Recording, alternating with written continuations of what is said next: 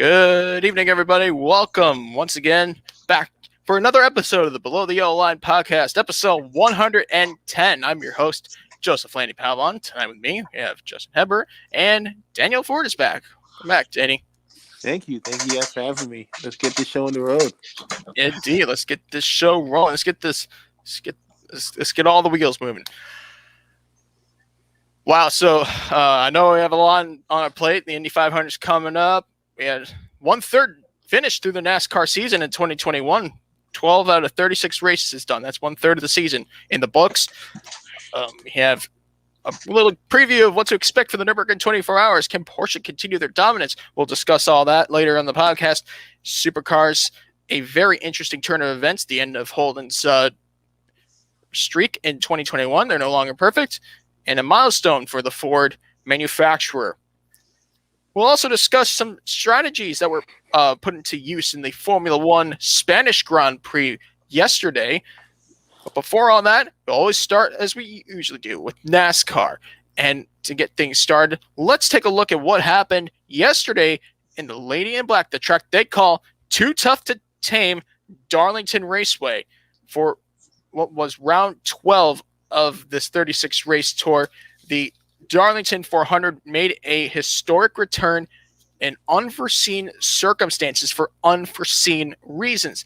We go back a whole year ago when NASCAR made the brave comeback after pretty much all sports were put on hold during this time 365 days ago during the COVID-19 pandemic, and NASCAR said, we can make this work. We're close to Charlotte. Remember, they allowed teams to start working again in the shop around mid to late April. Yeah. And the local North Carolina government gave everybody, exceptions for that, as well as moving some of the races to Darlington and Charlotte, having midweek races in the region where NASCAR can be accessible to the garages for most of the teams, as they're pretty much all based in the North Carolina region. It all worked out in the end, and it was good enough for Darlington to hold a spring 400-mile race the very next year. So here we are in 2021, and I think this race has been a success, moving the throwback tradition to the spring race. Yeah. Therefore, the playoff decals won't get in the way. Yeah. And I think it's a good match, really. But there's also a reason why they did that. A reason the teams say, because having Darlington throwback in this race is better, because in the Southern 500, because the Southern 500 is the first race of the playoffs, they want to focus more on the playoffs than a throwback scheme. I think it does make sense. Yeah. It's a better time of the year anyways for most of the teams. But let's take a broader look at everything that happened in yesterday's 400-mile race, the Goodyear 400 at Darlington Raceway in South Carolina.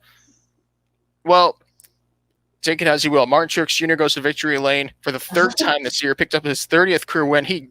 I don't know what to say other than the fact that he dominated this race, because Martin Truex Jr.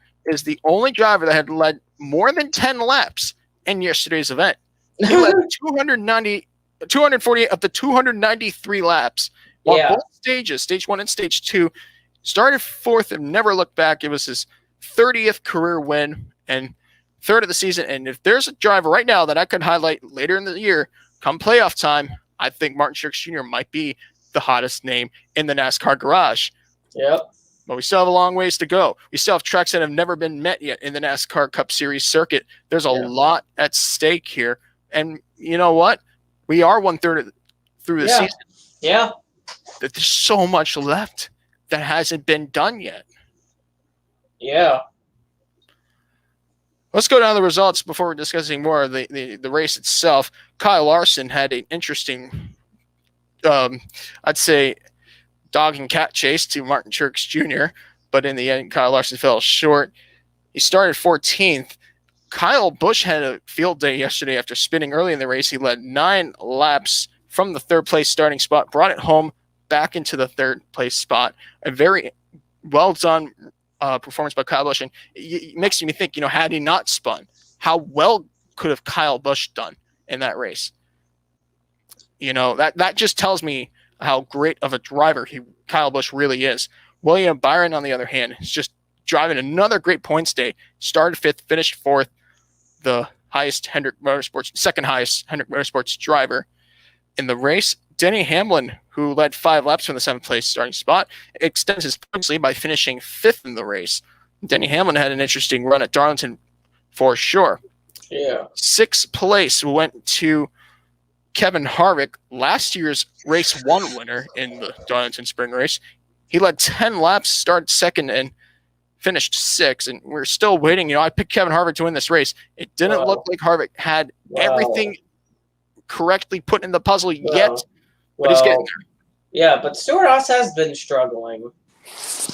Because,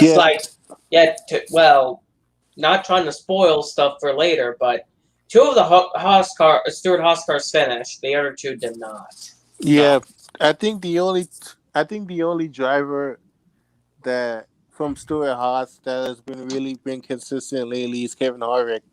Yeah. The other 3 are just around doing good and then bad. It's Harvick's the only one that's quite consistent for the Stewart-Haas team. And you got to think about it. The last 3 years, Kevin Harvick has been the only driver from Stewart-Haas Racing to go to victory lane in this 4-car operation here. Yeah. But it also shows you how really well Kevin Harvick is of a driver. And he has a lot of good tracks coming up, too. Yeah. So for you Kevin Harvick fans out there, it's not game over. No, nowhere near game over. 7th place, Chase Elliott. Yeah, we're starting to see him come along. But we haven't seen that Chase Elliott domination kind of race that we saw many times last year that got him to a championship yet in 2021. But another solid top 10 run. Ryan Blaney had an eventful day. He started 16th, brought it home 8 spots better in the 8th place finish. Team Penske driver. 9th place and 10th place. How about Roush Fenway Racing? Got to give these guys some credit here. Chris Buescher led 1 lap, started 11th, brought home 9th, and his teammate Ryan Newman started 20th and brought it home into the top 10. Wow. Very good run for Ryan Newman and Chris Buescher. It's very good to see the consistency from Roush Fenway Racing finally, because they've just been – it seems like they've been struggling all year. Yeah. The post-Carl Edwards, Greg Biffle era hasn't been too good for the team. Right. Well, but a run like that for Roush Fenway Racing, just do it again. Do it again. And to do it at Darlington – that says a lot, because Darlington is a very tough track, not just for the layout of the circuit, for how narrow the racing grooves are, but for the fact this track eats tires like lunch. And let's go down the results now. Chase Briscoe finished 11th, started 22nd, and scored his career best finish for the second time, 11th place. 12th place, Tyler Reddick led 2 laps, started 10th. Finished 12th. Christopher Bell, who led 3 laps after starting mid-pack, brought it home 14th. Ross Chastain led 10 laps, started 18th, brought it home 15th. Brad Keselowski led 4 laps, started on pole, but never recovered from an untimely caution. He finished 24th, many laps down. And Cody Ware, who finished 10 spots behind, led 1 lap, started 33rd, and retired, finishing 34th. So there you have it. A pretty dominant race to sum things up. And they'll be back for October for around 13-36. So we are now 1/3 finished through the NASCAR season. Yeah. You were talking about your pick, Kevin Harvick, not doing that good. My pick, Kurt Busch, got wrecked. Kurt Busch got wrecked by Bubba Wallace on the front straightaway, but people thought that was bad, Kurt Busch getting wrecked early. Eric Almirola crashed on lap 6 after contact with Ricky Stenhouse in the 47, and also Cole Custer, another Stewart-Haas car. Alfredo got loose underneath Quinn Half, bounced into Custer, and Custer also crashed off too. It's been a rough start to the year for Stewart-Haas Racing. The worst, Stewart-Haas, Briscoe has had a rough start, but he's a rookie. He's still a rookie. That won't change anything. But Cole Custer, he's had some decent finishes. The person that's in question is Eric Almirola. Eric Almirola's had one of the worst starts to a season. People are making memes about people are talking about Danica Patrick being better than Eric Almirola, which that's not true. No matter how bad Almirola's season has been this year, he's still better than Danica Patrick's start to any season she's exactly. been in that car. Yeah, like that's just like Eric Almirola. That was not his fault. He got hit by Ricky Stenhouse Jr. So that's not Almirola's fault that he got hit. It's always one of the JTG drivers. Well, it's that or Christopher Bell getting loose. Like at Kansas. These restarts are so important. Everything, it's just that's just how it is at Darlington, and these guys, especially coming back to this track, for the second time this year, there'll be a championship on the line as the playoffs. I believe they begin there. Yeah, and also this is why the track's called the Lane Black. It's a tough track. It's Darlington. You see how tough it is, and the Darlington stripes happen quite. This track is a great place to lose self-esteem real quick here. You can hit the wall hard and damage, right front, left front. Not the left front, but you can damage the right side of the car pretty bad. And bang the car up and get damaged. Yeah, it's just how it is. And at Darlington, and we'll see it from Dover. It's another unique layout of a circuit, concrete. There you go. Yeah. We have a lot to look forward to, but let's go ahead and take a look at the championship standings after 1/3 of the season, after 12 of the 36 races. Denny Hamlin has a 75-point lead over his teammate Martin Truex Jr. Martin Truex Jr. with that second place finish, 75 points behind, with 454 points. William Byron is the highest Hendrick Motorsports driver, third with 428 points. Fourth place, Joey Logano with 406 points. Highest Team Penske driver, his teammate Ryan Blaney in fifth. 1 point behind Logano. Sixth place and seventh place drivers tied with 385 points, Kyle Larson and Kevin Harvick. Last year's champion, Chase Elliott, is eighth with 382 points. Brad Keselowski is ninth with 379 points, and Kyle Busch finally makes it back into the top 10 with 373 points. So, pretty much now we kind of get where the top drivers will be.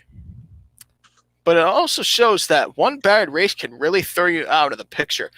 Christopher Bell was ninth place in the points last week or 2 weeks ago at Talladega. Now he's out in 11th and thinks he's changed in a hurry. Right. Kevin Harvick, for example, he's back up there. So we really get to see just how the standings fluctuate. And I think we'll probably see it more than ever in the next few races. Just take a look at the different tracks we have. Dover, 400 miles this weekend. Then we have Circuit of the Americas for the first ever Texas Grand Prix. Next weekend, the Coca-Cola 600, a 600-mile race, longest race of the season. And we go back to a road course, one that's a little more familiar for the Cup guys in Sonoma, California. And then after that, we have the All-Star break. And afterwards, it doesn't get any easier from there. Nashville Super Speedway. First ever race there. Yeah, concrete track, which is interesting. Then you go to the Pocono for 2 races. Yeah, then Road America. Ooh, first Road race America. in 65 years. Road America, I'll tell you what, the Road America and COTA are the two most tracks that I'm looking forward to. Yeah. And it doesn't get any better either. No, Atlanta. We have a 400-mile race in Atlanta. In the summer, and a track that melts tires fast, so... Yeah, and then right before the Olympic break after Atlanta is New Hampshire. 1 mile. Yeah, New Hampshire. That track is the Magic Mile, and it's a tough track to master. The person magical if you're in the race car. Oh yes. Well, the person that can master the track is Jeff Byrne. He was just good there. I don't know how. He's brilliant at that track, but it's hard to find them like that. It's really a driver's track. And then let's just complete the regular season here because we were going on a tear. We have 4 races. Watkins Glen, first race there since 2019. We then have the Indy GP for the first time. Michigan is pretty much the only non-plate style 2.5 mile oval, and then we go back to the 2.5 mile oval Daytona National Speedway for a 400-mile race to end the regular season. Michigan's not 2.5 miles; it's 2 miles. 2 miles, I mean, or 2 or more miles. I was trying to say that. Yeah, and then like after Daytona, it's like Michigan has one date removed. Remember, Cup Series has 2 dates usually, but now they only have 1 date, which their other date. Go to Dover next week. Yeah, this weekend. Yeah, which Dover. Yeah, it's like it's gonna be tough for these stretch of races. It doesn't get any easier from here. No, it's like different tracks and new tracks. At least you have practice and qualifying for those ones, but it's still. It doesn't change the fact that you're still unfamiliar in unfamiliar territory. Yeah, it's gonna be. We're gonna continue all this discussion later on in the podcast when we preview the Dover race. Let's go ahead and take a look because we had all 3 series show up at Darlington. So let's go down one notch to the Xfinity series and discuss what happened there. It was a very interesting race, to say the least. But in the end, it was the veteran driver who beat the stars of tomorrow and Justin Allgaier who scored the win. Justin Allgaier winning the Darlington 200, Steakhouse Elite 200 at Darlington. He led only 10 laps. It was 148 laps, but he only led 10 of them. 148. I thought it was 147. 148, it says. Oh, it's probably because of overtime. Because it's usually yes, it was an overtime finish. They went one lap over the distance. Yeah. Okay. Justin Allgaier picked up his 16th career win, and I think he's the first. Is he the first driver to score multiple wins this year? No, Cindric's the other one. Oh yeah, Austin Cindric. Yes. And Josh Berry led 8 laps. Allgaier's teammate finished second after starting 24th. He had an eventful day. Brandon Jones, last year's winner, finished third after starting 22nd. His teammate Daniel Hemrick finished fourth after leading 38 laps and starting 7th. Owner driver Jeremy Clements finished 5th after starting in 12th place. Michael Annett for Junior Motorsports 6th after starting 20th. 7th place was the 02 of Brent Moffitt, who started 13th. Ryan Sieg finished 8th. Alex LaBay 9th. And Harrison Burton, who won stage 2 and led 12 laps, brought it home into the top 10 after starting 8th. 12th place, AJ Allmendinger, who started on pole, led 6 laps, finished 12th, and also picks up the bonus check for the Dash for Cash, winning that award. 20th place, for the first time since Homestead Miami Speedway 2014, we see Tanner Berryhill on the grid. He brought his Our Motorsports Chevrolet into the top 20. Very solid run, and completed all the laps. Yeah. In fact, 27 cars finished on the lead lap. That's a very competitive race. Unfortunately, Austin Cindric never made it to the finish line as he crashed on the final lap. Austin Cindric, who started second and won stage 1, led 34 laps in the race, and he was credited with a 29th place finish, retiring just meters from the finish line. Yeah. Also, 40th place, Noah Gregson, who physically crossed the line in 4th and led 40 laps, was to have finished 4th, but after tech inspection, NASCAR had disqualified Noah Gregson, excluding his 4th place finish and sending him all the way to last place in 40th. So that's a big setback for Gregson, especially since he was climbing the ladder in the championship. And he was just knocking the door on the we're in the top 10 in points. Now he's back in 11th. So he's got a lot of work cut out for him, especially for the next few races. But what do you guys say about that Darlington race? Was it what you expected going into the race on Saturday? Well, I was just hoping it wasn't like too many cautions like the truck race.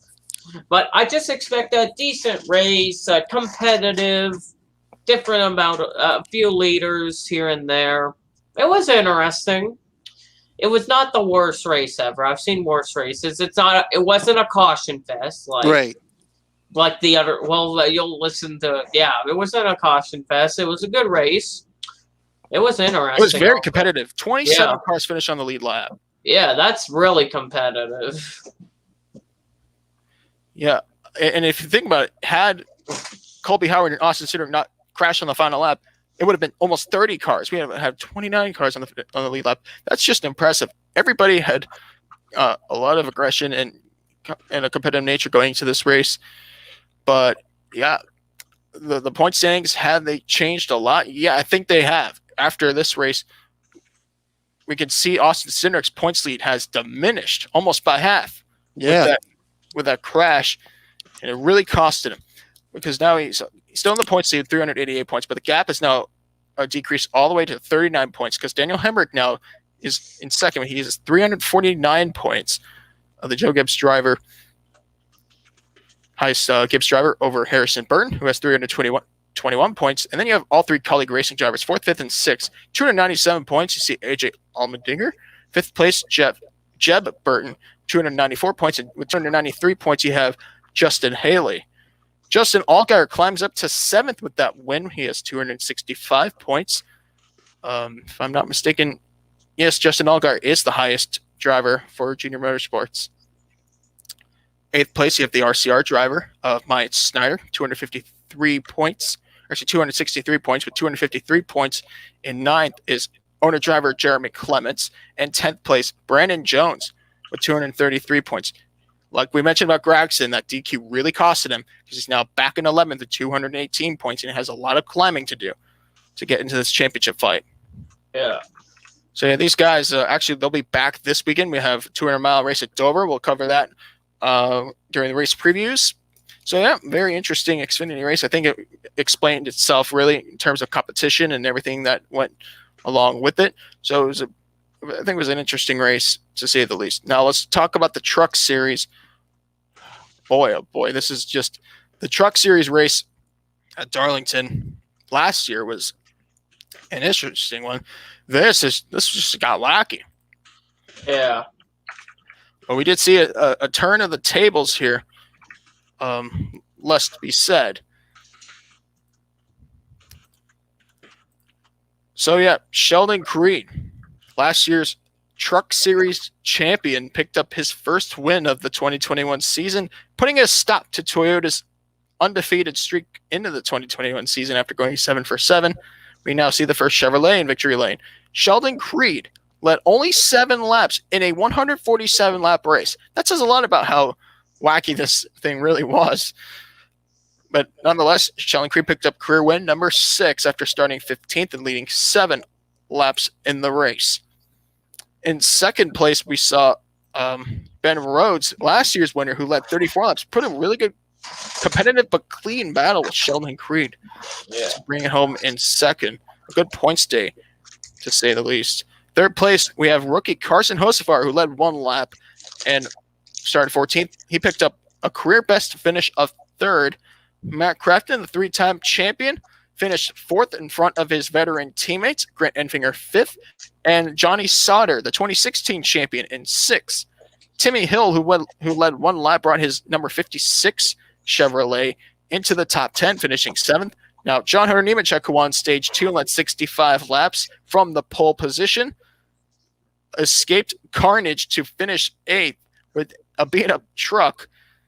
9th place, Austin Wayne Self, who started 12th, finished 9th, and 10th place, Jordan Anderson, the owner-driver of that truck, finished 10th after starting 31st. 11th place, Ryan Truex led 4 laps and started 18th. Interesting run for the Nice Motorsports driver.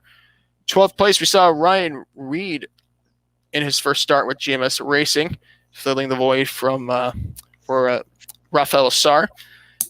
13th place, Austin Hill led 11 laps after starting 2nd. And 15th place, Todd Gilliland, who won stage 1 and led 17 laps, finished 15th after starting 5th.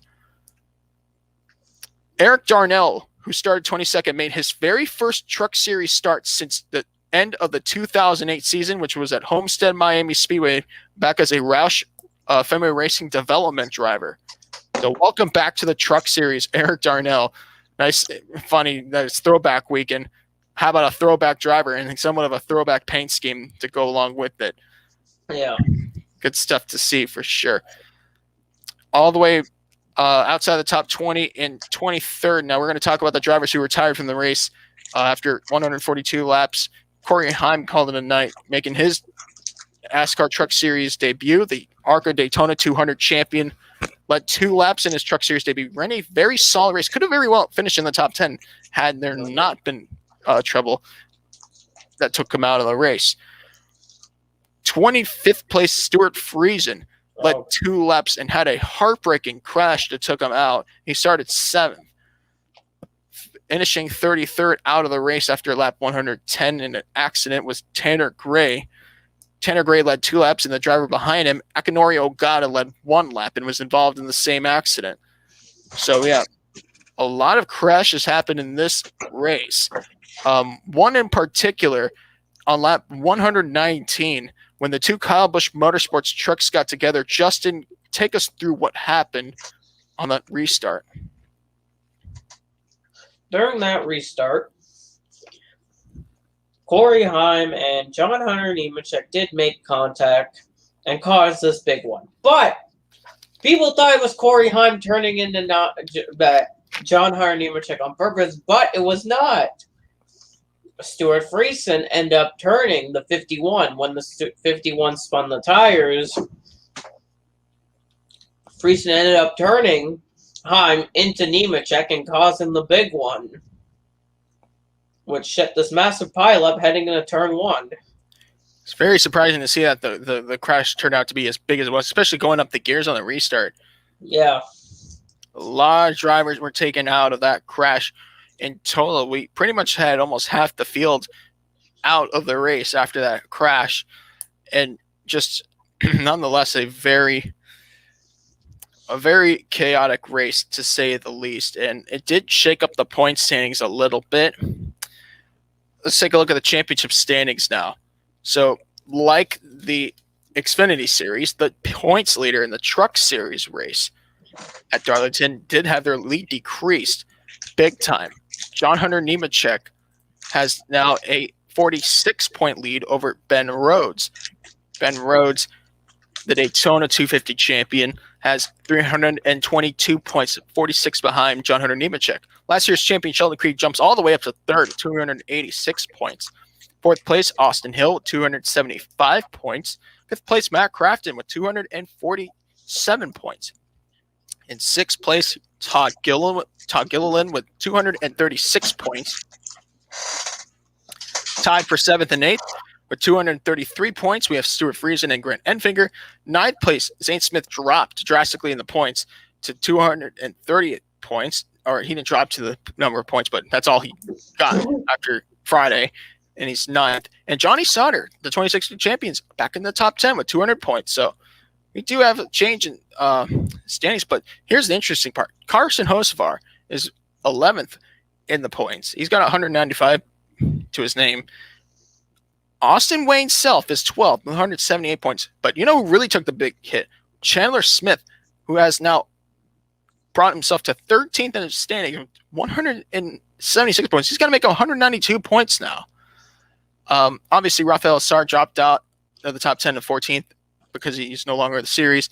Haley Deegan is 15th with 131 points. Tyler Ankrum is still climbing the ladder. He's got 130 points in 16th. But the point I'm trying to make here is that points counts. Every way you look at it, it's a short season. Yeah. You know, they don't have much time to spare, and these guys get a week off to think things through. And then, of course, 2 weeks time we have the Coda Grand Prix. That's the next race. That will be round 8 of 22. That will be round 9 for Coda. Yeah, but also about people saying about Hocevar being 11. But if the playoffs were to start now, because Enfingers is not eligible for the playoffs because he missed the race. Daytona Road Course, he was not entered at all. So that would put Enfinger out of the playoffs because he missed the race. He might dispute that. I wouldn't be surprised if he does, but for now, that's what we have. But the person that would be 10th in points because of that would be Hocevar, would be getting the last spot in 10th. What Austin Wayne Self would be right behind in 11th. It's a tough situation to be in. But it's because Enfinger, I've noticed Enfinger's been running more consistent without being full-time.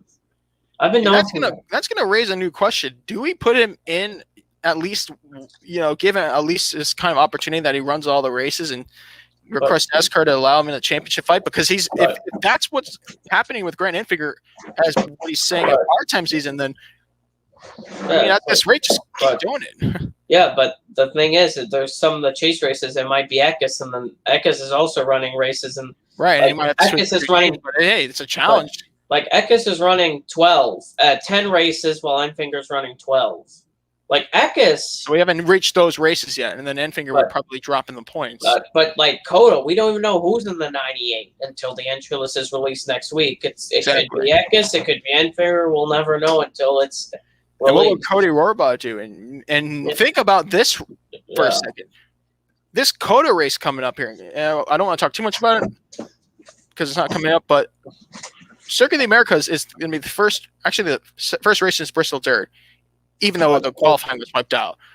That we will get practice in qualifying, and that the teams that aren't locked in, if there's a top 25 in owner points.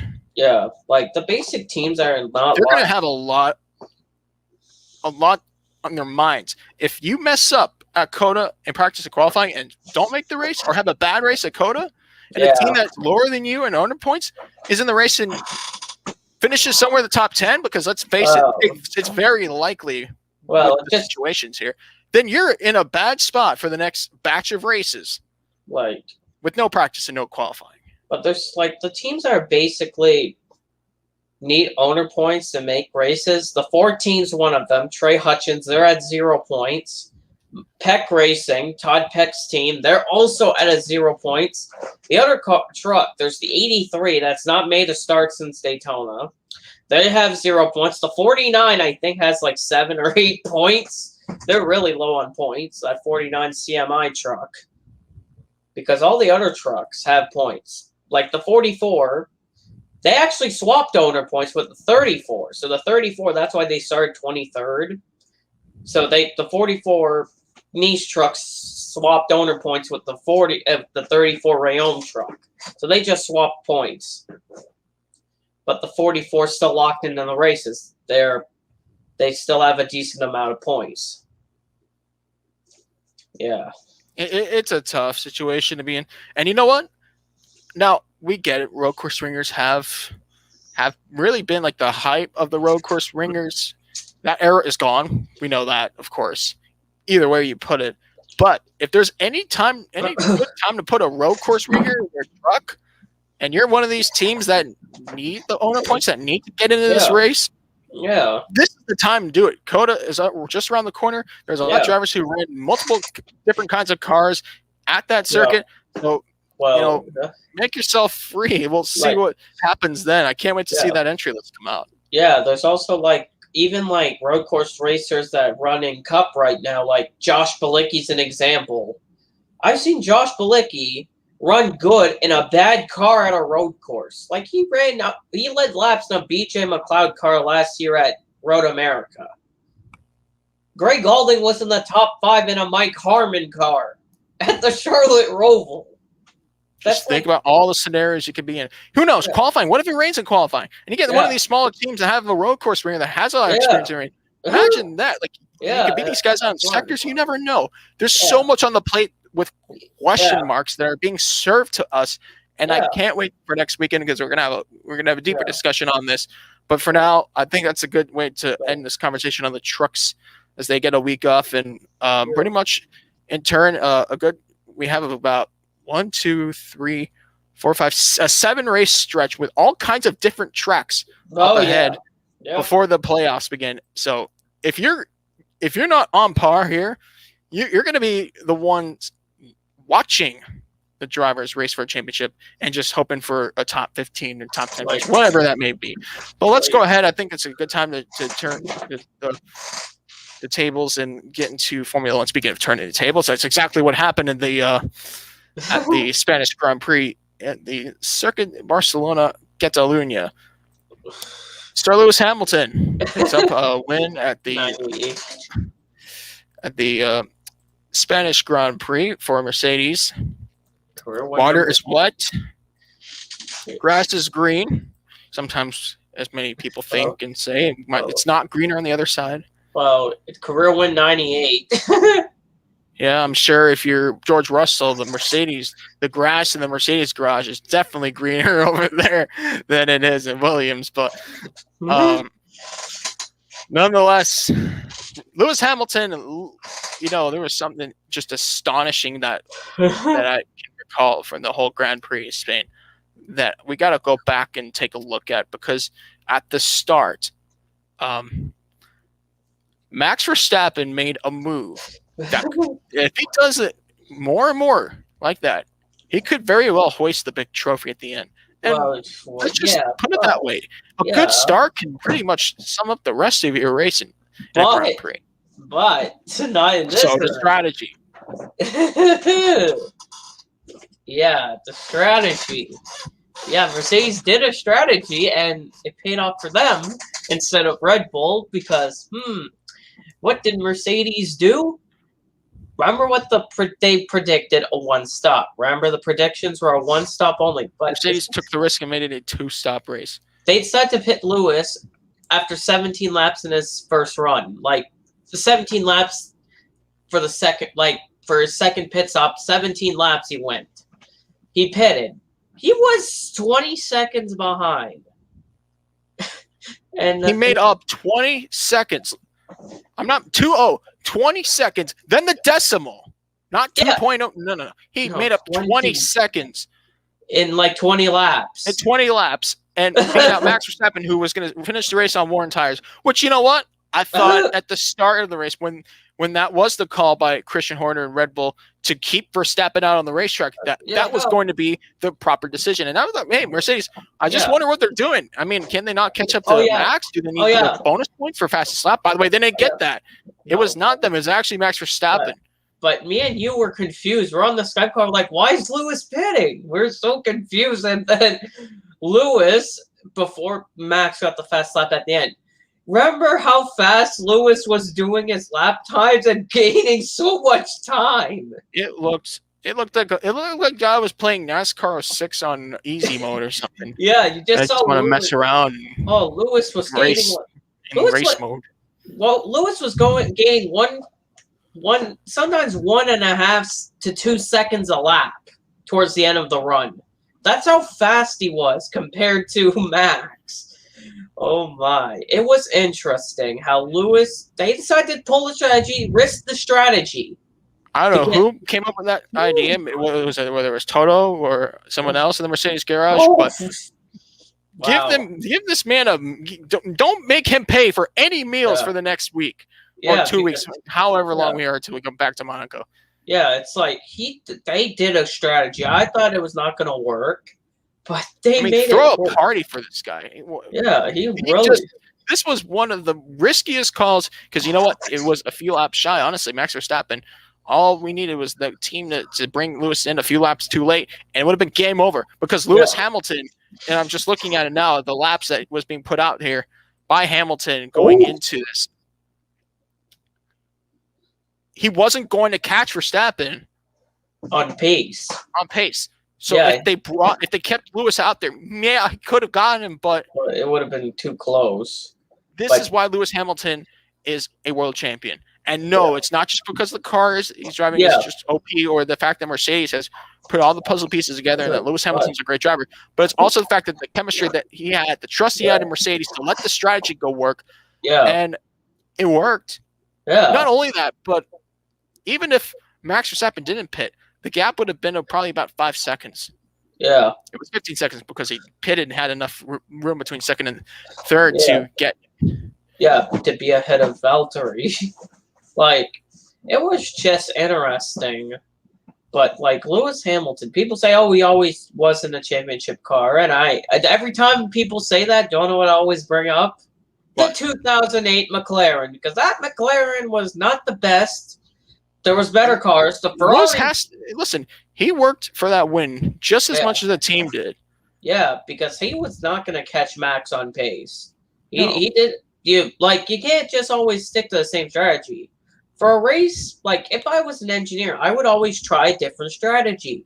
You got to take a risk. That's what happens in motorsports. Right. So let's go take a look at the results. We'll discuss a little bit more later on as we proceed.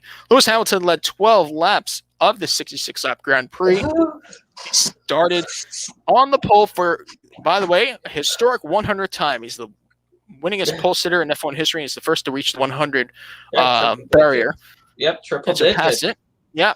And Hamilton picked up his 98th career win, so he's also 2 wins away from reaching 100, and he picked up the career podium number 169. So there you see, we might see 170 pretty soon. Second place, Max Verstappen. Yes, he picked up the fastest lap in the closing stages of the race now because he was out of contention. Verstappen started second. He led 54 laps of the race, so he led all but 12 laps and picked up his 46th career podium. Third place, Valtteri Bottas for Mercedes started third, picked up his 59th career podium, and Mercedes picked up double points as a constructor. So well done for Valerie Lewis and the entire Mercedes AMG F1 team. Fourth place, an impressive run by Charles Leclerc. Started to finish fourth. Finished on the lead lap. Did a brilliant job. We're starting to see a little bit of 2019. Hopefully we're gonna see more of that in the future because that's exactly what the Ferrari guys need to see. Fifth place. How about Sergio Perez? Red Bull gets double points after Checo started 8th and brought it home in the 5th spot. Daniel Ricciardo for McLaren finished 73 seconds off the pace. Ricciardo started 7th. He finished 6th in his McLaren. And Carlos Sainz finished 7th after starting 6th in the Scuderia. Mission went out Ferrari. Ferrari gets double points. Starting to get used to saying that again.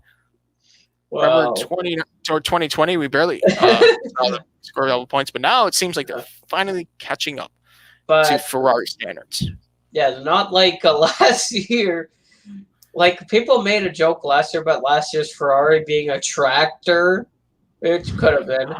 I guess that, okay, Boston has, Islanders have another penalty. One of the players from the Islanders just jabbed his stick into hit David Pasternak, and Bruins just scored a goal, so it's 1-0 Boston. Yeah, you give the team power play to score right on you. Like, yeah, it was who's after the next. We were talking about Carlos Sainz, Lando Norris, who started 9th, finished 8th, double points again for McLaren. We're starting to get used to saying that for first time in many years. 9th place and 10th place, 2 French drivers and 2 different teams. Alpine's Esteban Ocon started 5th, had a very stable run, brought it home 9th, and Pierre Gasly picked up the final point after his AlphaTauri took him home in the 10th spot for starting 12th. In total, 7 cars finished on the lead lap. So outside the points, who fell shy this time around? Lance Stroll for Aston Martin finished 11th. He started 11th, never really moved too much around on the racetrack. Well, he was close. He was actually in the points for a little bit. Yeah. Pierre Gasly. Kimi Räikkönen, man. Kimi Räikkönen. I was about to say Pierre Gasly. Gasly's 10th, Räikkönen's 12th. My eyes. I thought you're. Kimi Räikkönen started 17th and finished 12th. And 13th place, Sebastian Vettel, so no points for the Aston Martin. 14th place, George Russell started 15th, right on 1 spot better. Starting 14th was Antonio Giovinazzi, 1 spot worse in the race, finished 15th, so no points for Alfa Romeo as well. No points for Williams as Nicholas Latifi brought his Williams home in the 16th spot. Fernando Alonso seemed like he was going to go get a points finish until something happened. He ended up pinning. Yeah, that's what happened. Well, yeah, him and Mr. Why did I say Mr.? Him and Stroll made contact. There might have been some damage from the contact, might have been possibly. But then you get to the two last cars that finished the race. And no surprise here. Mick Schumacher 18th, Nikita Mazepin 19th in the Haas machines, no points for them. And Yuki Tsunoda was the only retirement after 6 laps and Electric's failure. Took him out of the race. He started 16th. By the way, that was the only safety car in the race as well. Yeah. So it was a very fluid event. Yeah, it really sucked for Yuki. I thought he was gonna get points again. Like Yuki was gaining places, but then the car just shut off on him, which was really sucked. And yeah, Haas again finished 18th. I knew this was. But well, Nikita Mazepin blocked Lewis Hamilton yesterday. Oh my God! I don't know what it is with Nikita Mazepin and blocking the leaders. And what is That's it? the only way you're going to get TV time, I guess, if you just need to be the back. But Well, these guys get. Wait, what's the next? Monaco Grand Prix. By the way, that's on the 23rd of May, not the 30th. A lot of people are getting confused, thinking that because it's not a Memorial Day weekend. It's a week beforehand, so they get 1 week off. They travel to Monaco, which, by the way, the circuit has been prepared for almost a month now. And the historic Monaco Grand Prix, historic festival, and then we had Formula E this past weekend. We'll talk about that pretty soon, and then F1 next weekend. But the thing is, the Haas cars are slow. Mick Schumacher did gain places, but the thing is, Haas has a car. The car fires off well. After a few laps, nope, they just they fall back. Nikita Mazepin finished 30 seconds behind his teammate, which is kind of sad that you finished 30 seconds behind your own teammate. It's just so embarrassing. I just don't know. Haas, I don't know. The team also just come on, Gene. How did we go from veterans to this? Whatever. It is what it is. Business, money talks. I know Mick's good, but it's just the car is not. I don't know what they have. I know the engine's a Ferrari plant. It's better than last year's engine. But what chassis did they use? Or do they have too much drag? I think they have big bricks on the back, pulling them back on the straights or something. All right, well, let's take a look at the World Championship standings after 4 races complete in this World Championship. The gap is now 14 points between Lewis Hamilton and Max Verstappen. By the way, those are the only 2 drivers left that have scored podiums in each of the races so far. In fact, from 1st to 13th have scored points in the World Driver Championship and the World Constructors Championship. 1st through 7th have scored points. Give me 3 without. So Lewis Hamilton has 94 points. He's in the lead, pulling away, possibly. Is it safe to say that? No. Still have a long ways left. Then 14 points behind him with 80 points is Max Verstappen, who's second. Third place, Valerie Bottas with 47 points. He's got some catching up to do. Lando Norris, a steady 4th. He's scored points in all the races so far. 47 points, as is Charles Leclerc with 5. He's 5th with 40 points, with 4 points finishes, 4 for 4. Sergio Perez is 6th with 32 points. Daniel Ricciardo is 7th with 24 points. 8th place, Carlos Sainz Jr. with 20 points. Esteban Ocon is 9th with 10 points. And Pierre Gasly is 10th with 8 points. Now let's take a look at the World Constructors Championship, shall we? Mercedes, 141 points so far. Second place in the World Constructors Championship, we have Red Bull Racing Honda with 112 points claimed after 4 races. McLaren Mercedes, 3rd with 65 points. 5 points behind them, and 4th with 60 points is Ferrari. They're putting up very stable runs. Alpine Renault is 5th with 15 points. AlphaTauri Honda 6th with 10 points. Aston Martin Racing Mercedes with 5 points in 7th, the last points achieving constructor at the time of this podcast after 4 races. And these 3 constructors do not have points yet. Alfa Romeo Racing Ferrari, Williams Mercedes, and Haas Ferrari all share none on the points board. So, like we mentioned, there will be some time in between now and Monaco, the first street circuit of the year. And boy, I don't think we had any street circuits last year. I mean, yeah, you can make an exception for the Sochi track because it is kind of a street circuit. Yeah, you want to? I guess I classify it as a street circuit, but yeah. How many street circuits do we have? Well, we have this race. We have Monaco. Azerbaijan is still on the calendar. Yeah, Azerbaijan. Then we have Singapore. That track. We have Australia. that is now there. in Saudi. Yeah. Oh my god. So yeah, that's pretty much what it is, and we Well- still don't know if all the races that are still on the calendar are going to run accordingly. Yeah. Oh my god. What's that on Reddit here? Let me see. What's that? What, that Reddit thing I put? Oh, yeah, I've seen that before. Thanks Yeah. for the reminder. People watching Monaco. I wouldn't be too worried about a driver who's going to start in the back anyways. But Nikita But Mazepin. Q1 might be an issue. Depends where you are when he has the moment. Well, that's just weird. Nikita Mazepin flipping. I think there's.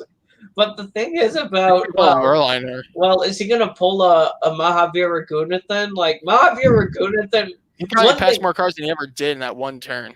But he ended up getting crashed out and get a second penalty. But Mahavir did block Jack Aitken. No, he wrecked Jack Aitken. Yeah, he crashed him in the feature. He blocked him in qualifying. It's like, what? Okay. Yeah, like, it's going to be interesting when we get to Monaco. With the we'll see the Haas cars get lapped. And hey, for some reason, Mick Schumacher gets a good qualifying run. You never know. Yeah, George Russell better be taking notes here. This Yeah. could be a great place to get points, because if Yeah. you start well and somehow pull a great qualifying performance out of on Saturday, and you have a good start to the race on Sunday, you can make that track as wide as you want, and it could stick to the end and maybe lead you to some points or even better. But that's for then. We'll go ahead and talk about Monaco in a different fashion, of course, and that is the ABB FIA Formula E World Championship race that took place on Saturday at the beautiful streets of Monaco and Monte Carlo for the Formula E Monaco ePrix. That was round 7 of what is currently a 15-race schedule, which I'm saying currently because they're not 100% on whether that's going to be the amount of races that will be on the championship by then, because they added a few races. But yeah, let's take a look at the finishers. After a 26-lap race, last year's champion António Félix da Costa, the Portuguese driver for DS Cheetah, got a 2-second gap over everybody else in that race. He started on pole and picked up 3 bonus points as a result for that pole position effort. Robin Frijns, we're going to talk a little bit more about him, but he got a great point stage. Now the points leader. After being fastest in his group stage, he picked up an extra point, finished second, and ended up on the podium for the Version team. Third place, Mitch Evans, the Kiwi driver for Jaguar, ended up on the podium scoring 15 points. How about Jean-Eric Vernet for DS Cheetah? Yep. He picked up a 4th place finish as well as an extra point for the fastest lap. 5th place, we had Maximilian Günther for Andretti BMW, started 5th in the race. Oliver Rowland in 6th with his Nissan E-Dom. 7th place, we had Sam Bird. Sam Bird in the Jaguar. 8th place, Nick Cassidy in the Virgin. 9th place, Mahindra's Alex Lynn. And Lucas deGrassi picked up the final point by finishing 10th in his factory Audi. Yep. So, who fell shy? Sebastian Buemi fell shy, finishing 11th. Eduardo Martara as well. Norman Nato, Tom Blomqvist, Sergio Sette Camara. 16th place, we had Jake Dennis, who won the last time around in Valencia, race 2. Yep. Andre Lauderer in the factory Porsche got a time penalty, putting him down at 17th. Nico Mueller, 18th in the last to finish the race, was Ollie Turvey. Well, our what happened picks to Lauderer? To? You said Lauderer. You're saying something about Lauderer. No, it's saying that our picks didn't do good at all. No, they didn't. Yeah, I picked Van Jordan. You picked De Vries. They didn't. They both retired. Yeah, Nick De Vries retired. He started. Actually, he had a bad starting spot, 24th. Oh, he started last. An electrical problem. Stoffel Vandoorne didn't start well either. Started 15th. Retired on lap 21 with collision damage. He crashed with Pascal Verline. Oh my. Rene Rast crashed out as well, and Alexander Sims never completed the opening lap. So there you have it for the Monaco ePrix. Let's take a look at the World Championship standings in Formula E. Robin Frijns is new points leader. He has a great gap, a little bit of a growing gap over Nick DeVries. So we got Dutch drivers first and second here. Yeah, Robin Frijns doing a brilliant job so far in the Envision Virgin Racing team. 62 points for him. Nick DeVries loses the points lead with that retirement. Honestly, he could have grown that championship lead had a better weekend. 57 points for DeVries. Mitch Evans, third, 54 points. Fourth place, António Félix da Costa with 52 points. A great jump into the points championship. And Sam Bird, who's trying to rebound after some bad races, is fifth with 49 points. Stoffel Van Dorn is sixth with 48 points. Seventh place, Jean-Eric Verne with 46 points. Rene Rast is eighth with 39 points. Ollie Rowland is ninth with 35 points. And Jake Dennis is 10th with 33 points. By the way, here's a fun fact. All 24 drivers that have raced in 2021 in the Formula E World Championship have scored points. That shows you shows you really how well the competition is. And even better, all 12 constructors have scored points in the team's championship. Yeah. It's a great sign for competition. You want competition? Formula E is happy to help you. Let's take a look at the team's championship. It is a close bout here. 2 points separate the Mercedes EQ Formula E team, in which they have 105 points. And because of their double retirement, the points lead has reduced to 2 points over Jaguar Racing. They had a double points race, so that means Jaguar is 2 points behind with 103 points going into the next race. Diaz de Cheetah has leaped up to third with 98 points, putting out a brilliant going at the Monaco ePrix on Saturday. And Virgin Racing is fourth with 81 points, and BMW I Andretti Motorsport is fifth with 55 points. Audi Sport ABT Schaeffler Formula E team, the factory squad, is sixth with 53 points. Seventh place, we have the Tag Heuer Porsche Formula E team with 50 points.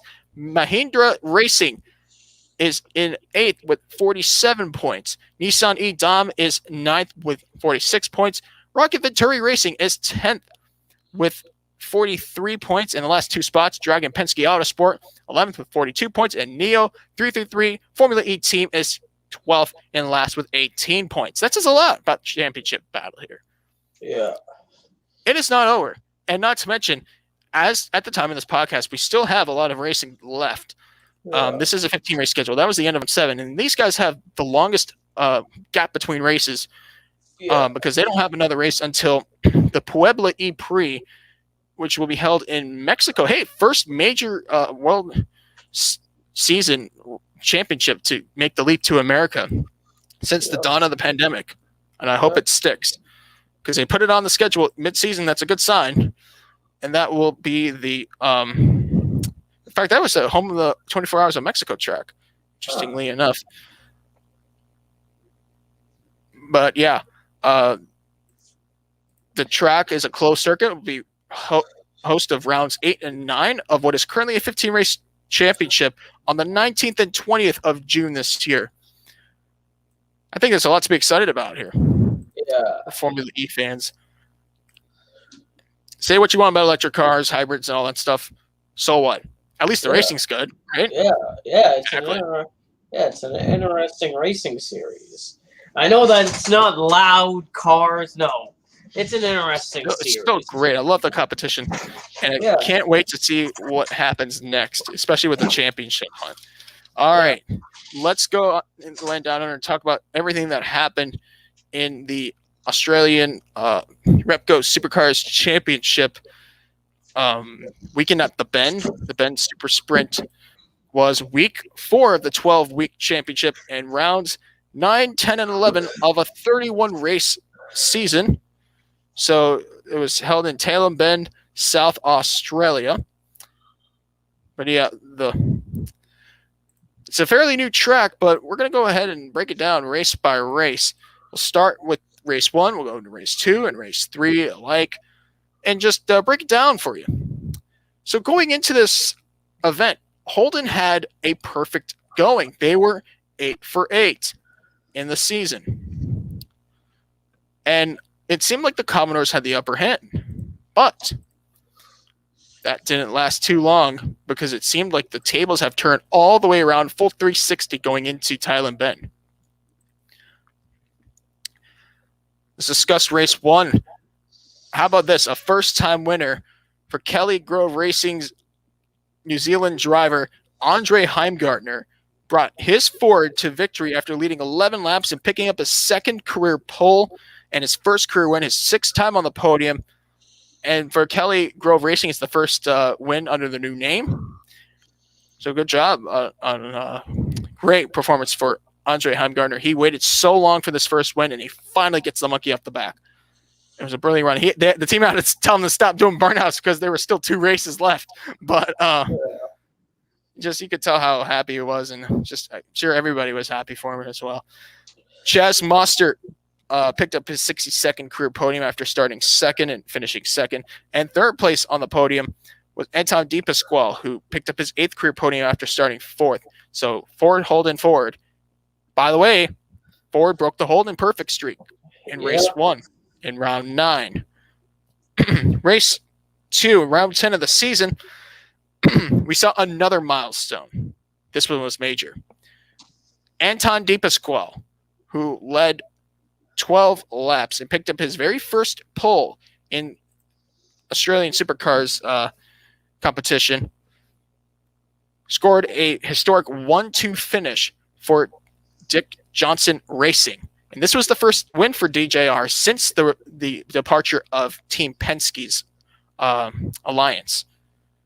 Not since, I think, the mid-2010s had they last won under their own banner. So congratulations to DJR. Anton DePasquale led 12 laps. Like I mentioned, his first career pole, his second career win, and his 9th time on the podium. But more importantly, Ford Australia locked up their 400th total Australian Touring Cars and Supercars Championship win. That was their 400th win total.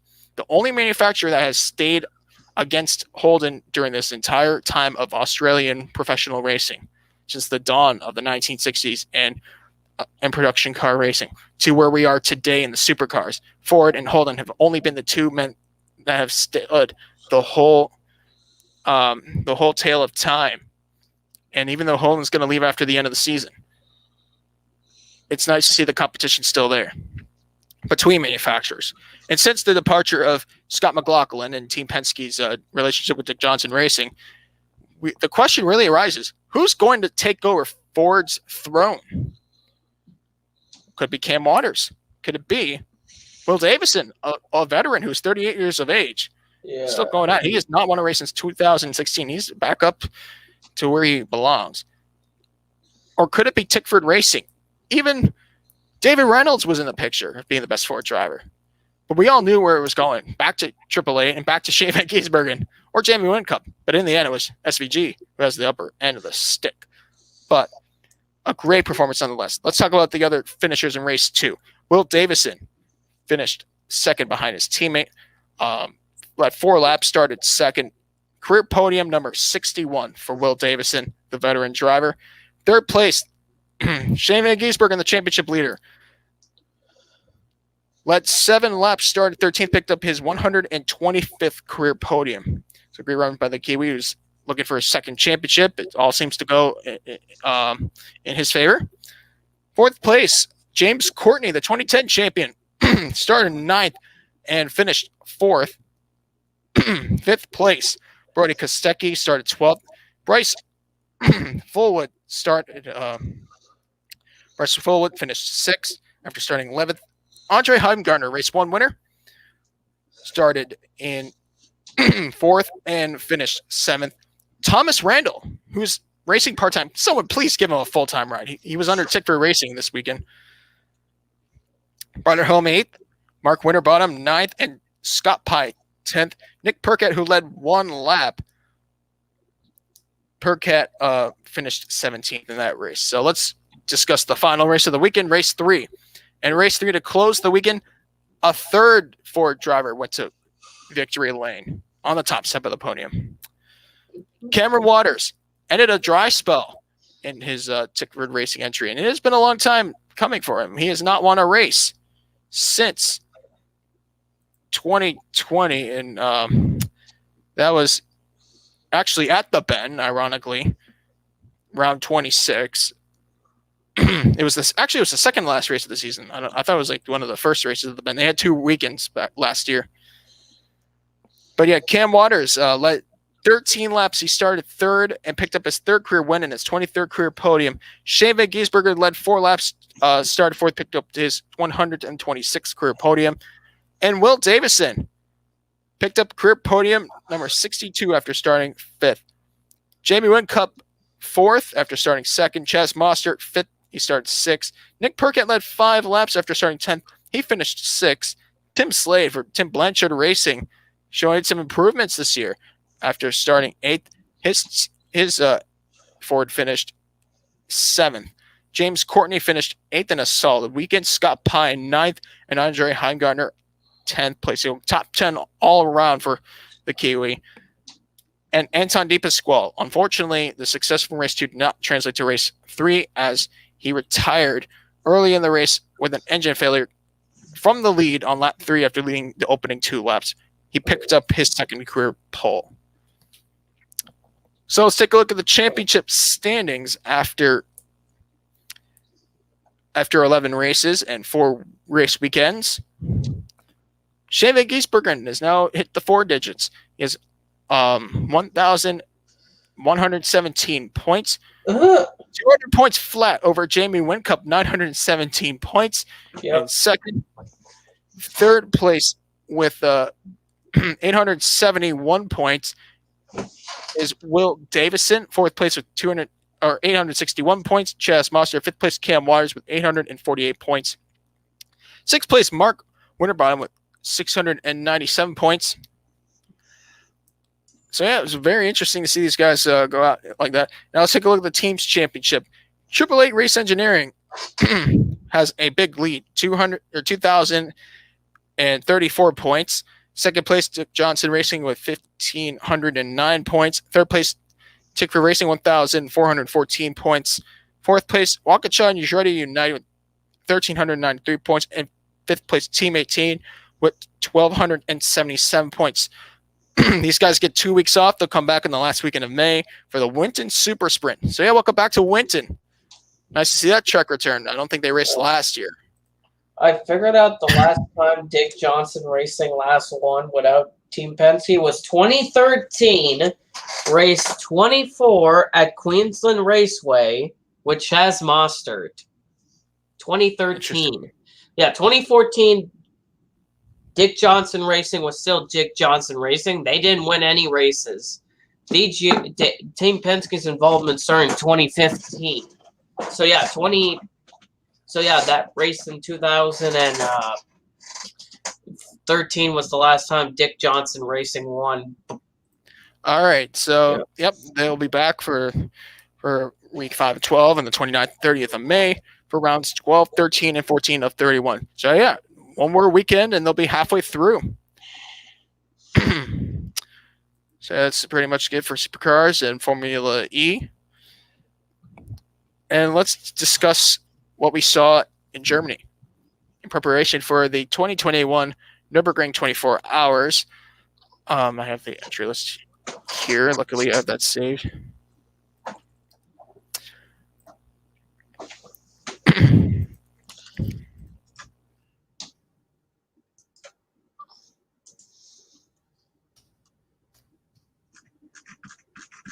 But yeah, the Nürburgring 24 Hours, the 2020 race, did not have a month preceding 6-hour qualifying race. Now I'll discuss how that works. It's not what you think it is. It's more or less a prologue race.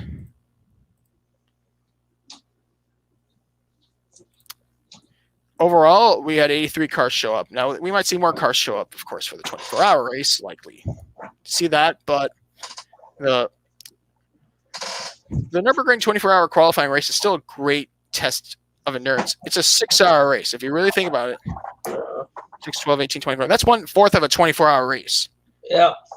And also, if you look back at the VLN or NLS series races, as they call it, you could see that Porsche is doing the best so far. Manti Racing won the first or round 2 technically. Round 3 was Frickadelli Racing Team with Porsche factory drivers behind the wheel of both of those victories. So when you put things into perspective here, it seems like Porsche does have the upper end of the stick going into this. Yeah, but that was 6 hours, 24 hours. You gotta manage 18 extra hours. Failures happen. That's the thing. All right, so let's go ahead and discuss, because of all the classes. There's so many of them. We're just going to discuss the overall top 5 and analyze some other finishers as well and where we might see them in the future. So, first place, of course, was the number 31. In fact, they finished first and second, but it was the number 31 Frickadelli Racing Team Porsche 911 GT3R. With factory drivers, all factory drivers in the list here from Porsche: Patrick Pilet, Frederick Makavicki, Maxime Martin, and Dennis Olsen. Drove that car to victory. The sister car finished in second.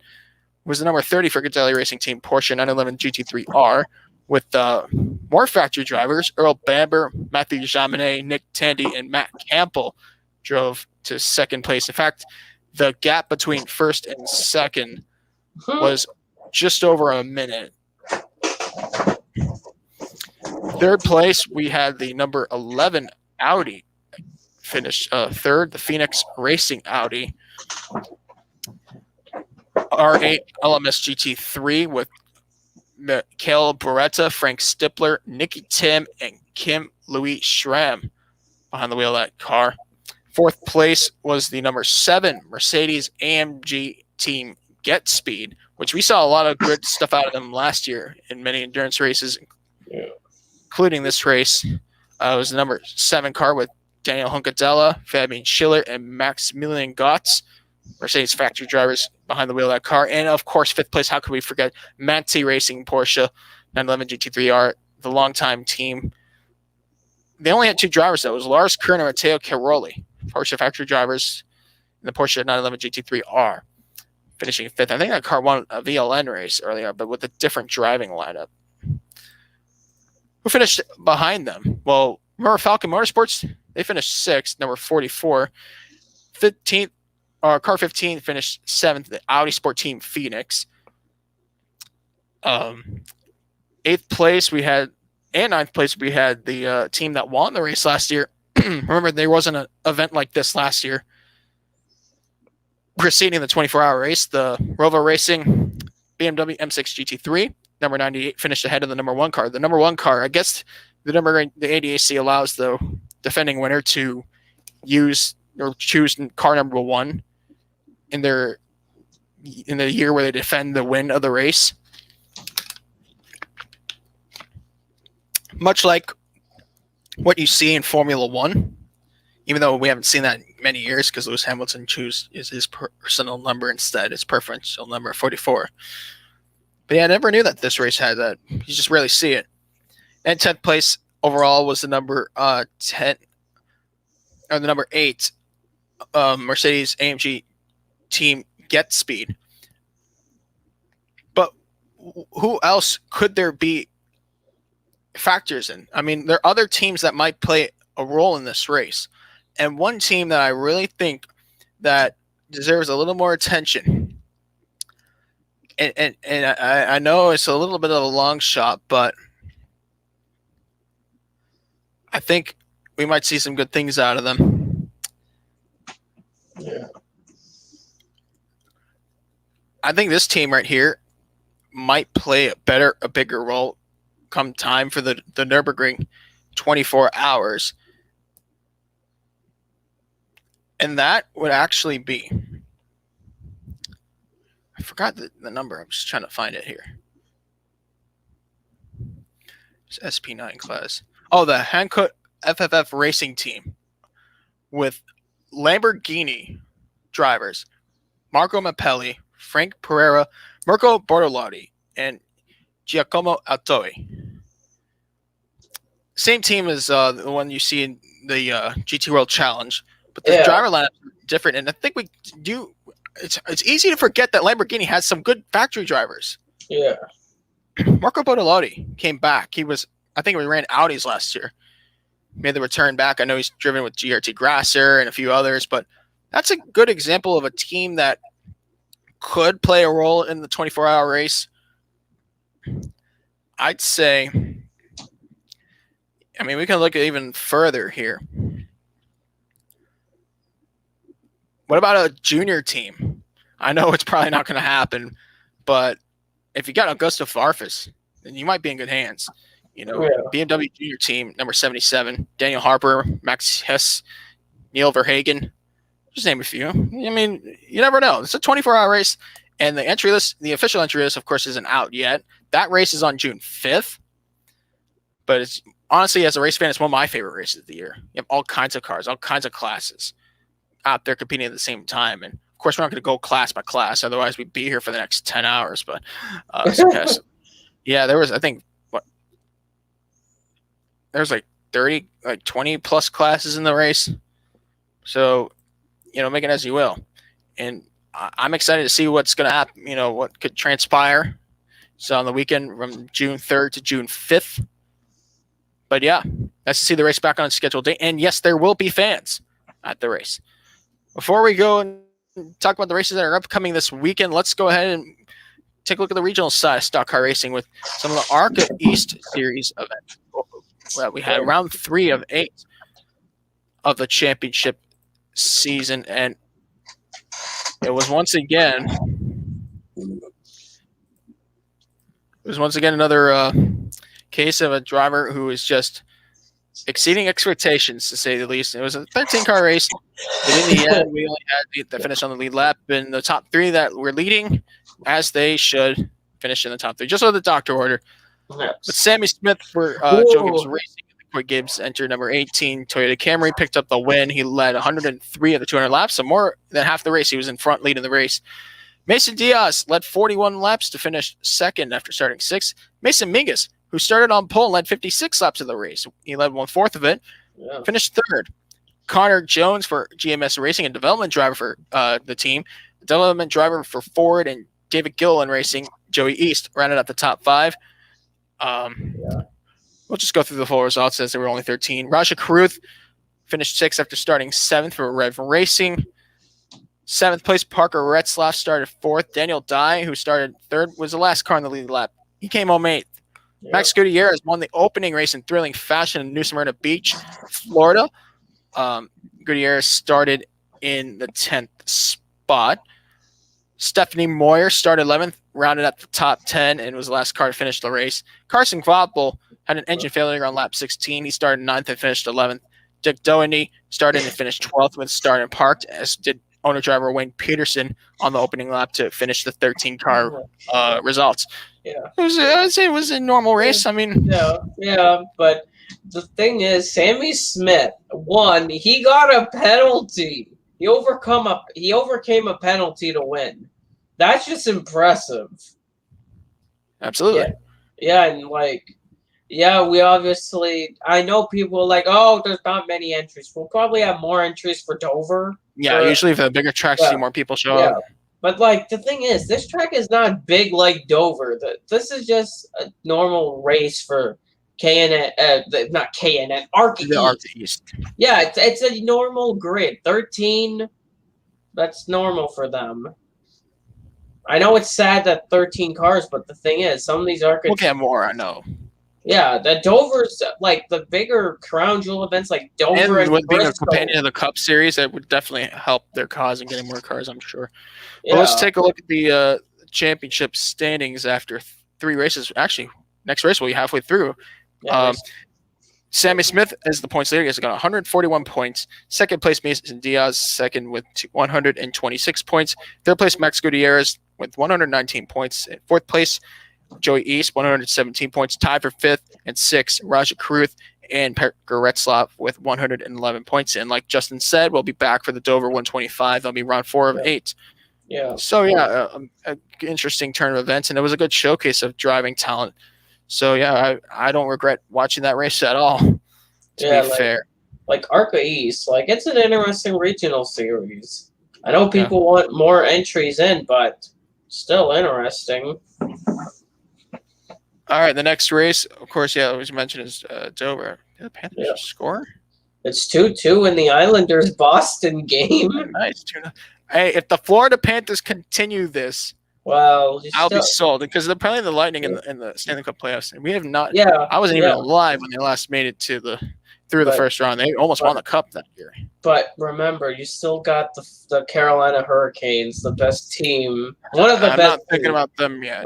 Well, what happens if they win the Stanley Cup somehow? Well, you got Vegas. Vegas has been just better. Well, Buffalo's not making the playoffs. Jack Eichel, I think he's living his last days as a Sabre, honestly. Okay, let's get back to this world racing media.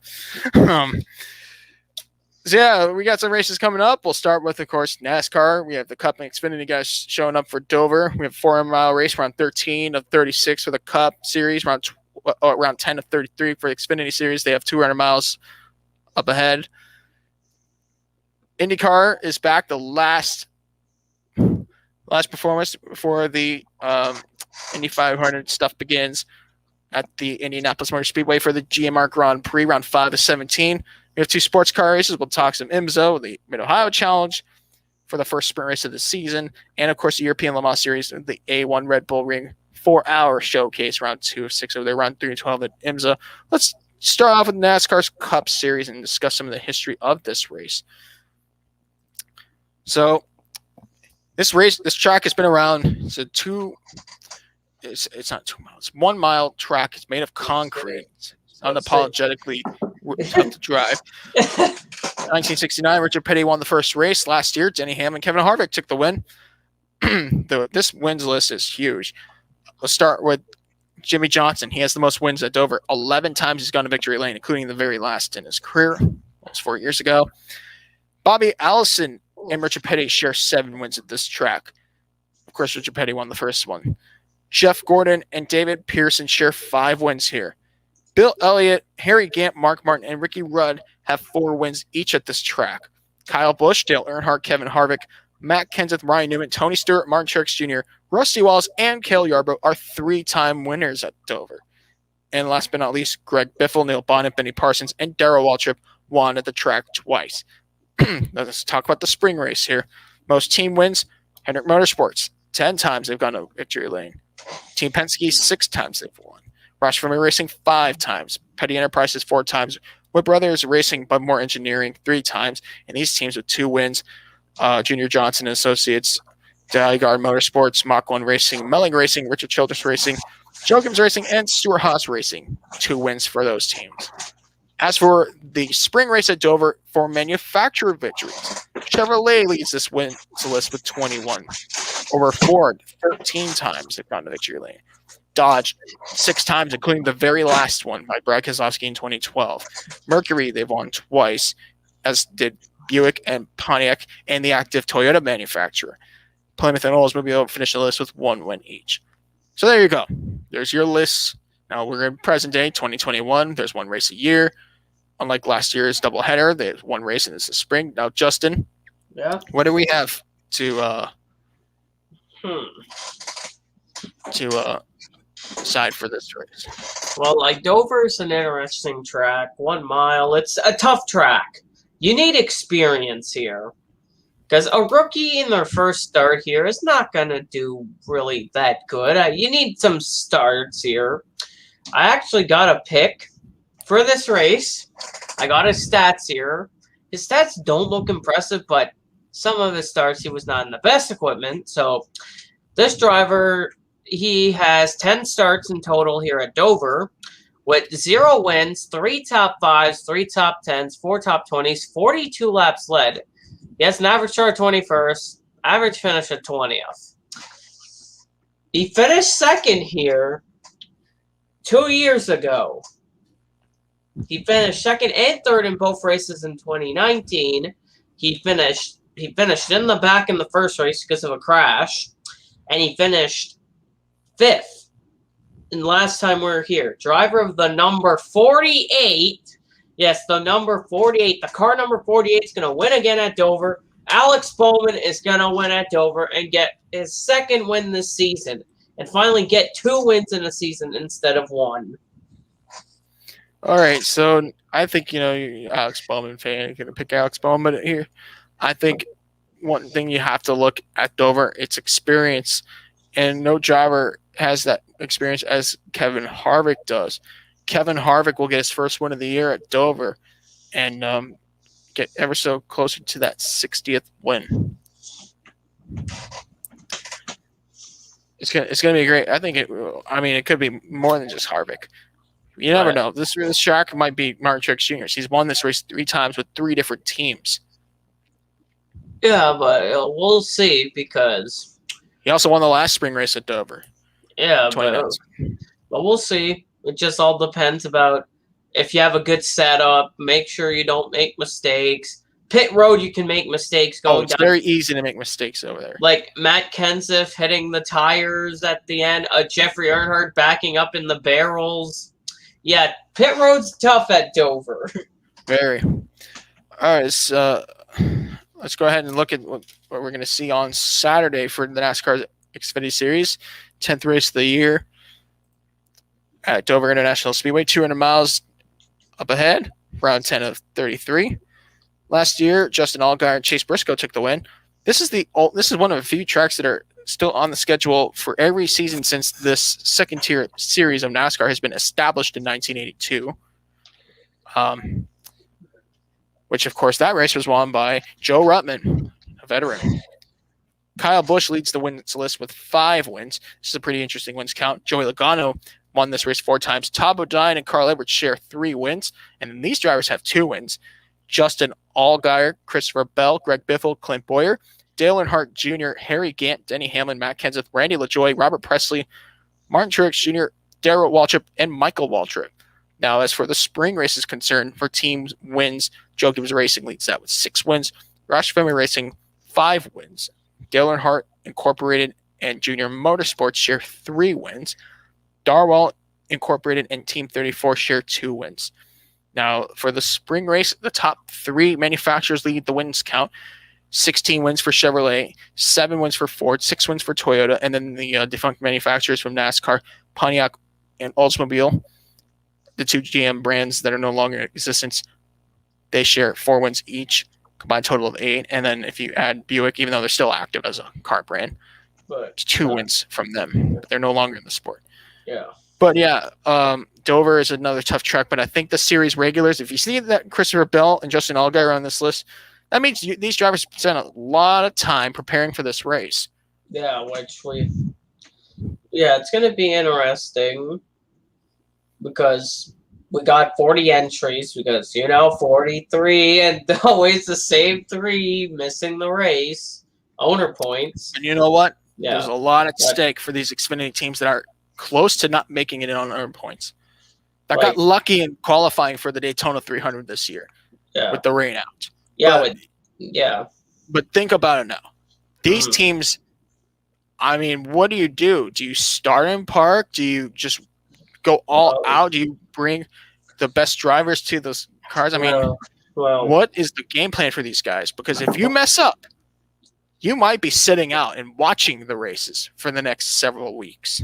Like, the thing with the Xfinity series with the owner points, the lowest car in points before the entries with 0 points, NBM number 13 in 40th, Means Motorsports 39, BJ McLeod's number 5, 38th in points. You got JD Motorsports even. The number 6 is 37th in owner points. So basically those 4, because there's a gap between the 78 car. Like even some of these teams, it's basically... This race is more important than a lot of you fans think. So it's basically, I would say about 30th to 40th. Like, you got an Hour Motorsports car with 23. Then you got Mike Harmon cars in there. 3 JD cars. JD Marsh, but 3 of them are outside the top 30. And some of these teams finished in the top 15. So imagine if you put yourself in a bad position now and fail to qualify for somehow, some way next weekend at Circuit of the Americas, you might be watching the rest of the race. Now let me look at the chart a little bit longer before we talk about the competitors on who to win, because I want to get this out of the way. The next race after COTA that they have practice and qualifying in is Nashville Super Speedway. That's actually a few races down the road. Yeah, literally. And then, wait, was Road America, for Xfinity having practice and qualifying, or is it just the Cup Series? I don't know. But assuming that it is, there's another race there. But then no qualifying until the Indy GP. I think they're going to have it, even if the Cup Series are new. It's basically you got 3 more strikes and you're out. It's basically our Motorsports is 23's 30th. Then you got Mike Harmon's 47. Then 2 JD cars, the 0 and the 15. Then you got the 07. I don't know what Joe Graf Jr. is doing in that car to be 34th. Other than crashing on and finishing 30th, that is. The 74, Mike Harmon Racing, even getting a 7th place, I guess that's not enough to put them. Then you got the BJM number 78, then the 6, then the 5 for BJ McLeod, the 52 for Means, and then 40th is the 13. Another major brawl between the Florida Panthers and Tampa Bay Lightning. JD Motorsports is number 4. It's kind of bad. 3 of the JD cars are 32nd, 33rd, and 37th. You know what? I'm definitely. I gotta get tickets. I gotta see these 2 teams in the playoffs in person. JD Motorsports is number 4. You know JD has 4 teams, 4 cars. Yeah. JD's they got veterans driving these cars and bringing home the top 10, top 15 sometimes. You have Colby Howard 30s, the 0's 32nd, the 32nd, 33rd, and 37th for the 15, the 0, 15, and 6. The 4 car, driven by Landon Castle, is 21st in owner points. Is that the highest one for JD? Yeah, so you got a big gap. You got some of these teams like Sam Hunt Racing, 20th in owner points. Martin's Motorsports, you got our Motorsports. You got Joe Gibbs' 54 car up in 9th in owner points. So, yeah, the teams between 30th to 40th, which is from the 23 to number 13, they got to worry about this. They need to do a strategy to try to not wreck the car and get enough points. Because they might. COTA, if you have a bad race here and you can't qualify in COTA, you're gonna be not. And let's look. We don't know the entry list for COTA. We might see a lot of road course ringers in those small teams.